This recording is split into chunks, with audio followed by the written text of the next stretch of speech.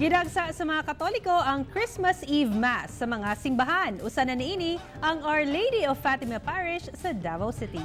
Ano report ni Jandy Esteban? Una ang Noche Buena, midagsa ang gatusang Dabawenyo sa simbahan, alang sa Misa de Aguinaldo. Sa Our Lady of Fatima Parish, sentro sa misa ang tinuod nga diwa sa Pasko, mao ang presensya sa Dios sa atong kasing-kasing. Ang atong kalipay nga kitang tanan minahal sa Dios, demo nang diwang isab kita magmahal ang sa pagpasayot pagmahal, sa pagpaambi, sa pagpasaylo, usab pagdawa sa uban labi na sa mga nanglan. So mao ang diwa sa atong Pasko. Ang Dios nga nataw buhi kita magmalipayon kitang tanan.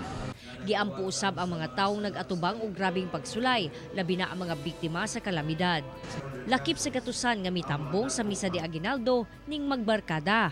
Naging tradition na siya among friendship na magsabay-sabay should me always og simba.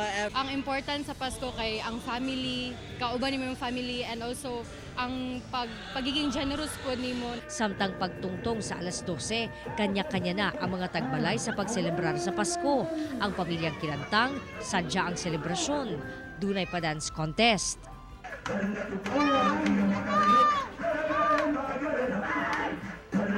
Nag-exchange gift usab sila ug gipakita ang paghinigugmaay, pinaagi sa pag-post ug pagtimbaya sa matag usa ug Merry Christmas. Siyempre, para ma-feel ang spirit sa Christmas, muna para enjoy po ang mga bata.